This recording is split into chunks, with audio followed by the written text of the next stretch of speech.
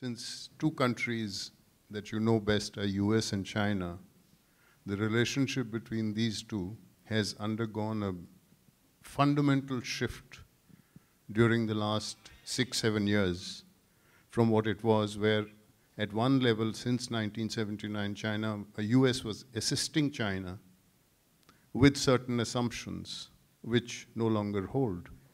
And today, what with the trade war and technology war, the desire for primacy in the region, which the US finds difficult to accept, how do you see this relationship? Do you see an economic disentanglement? Is it possible? I think that the tension will continue, may even get worse. However, I don't think it's going to get too bad, because now there's so much economic integration between the two countries that each is the largest trading partner of the other. You know, America is the largest trading partner of China, and China is the largest trading partner of the United States. That disentanglement would be extremely costly for the two countries, and they fight a trade war. But at a certain point, if they feel the pain from this economic conflict, I think they will not go any further because it will be self-damaging.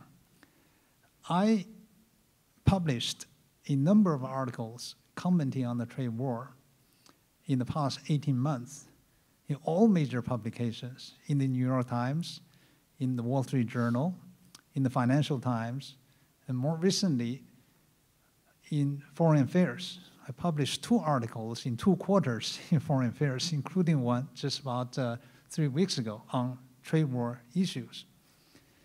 And in my last article in Foreign Affairs, I suggested that the export restrictions on American semiconductor companies to Chinese technology companies like Huawei is self-defeating, because it basically deprives American companies from the biggest market for these products in the world.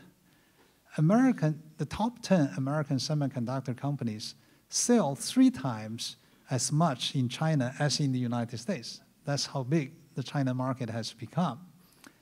So I said, if America wants to maintain its technology leadership, it has to be able to sell. Otherwise, you don't have the revenue to engage in R&D to maintain your leadership position.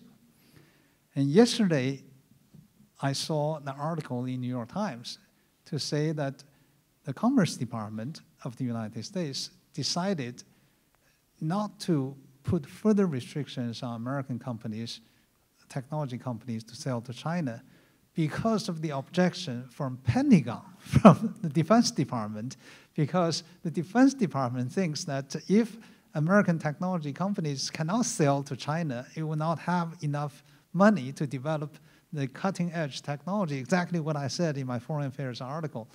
And that's why I think there will be a limit how much that they will fight with each other, given the integration of the two economies today, not only in trade, but also in financial services. You know, China is the largest holder of treasury bills of the United States to a tune of $1 trillion.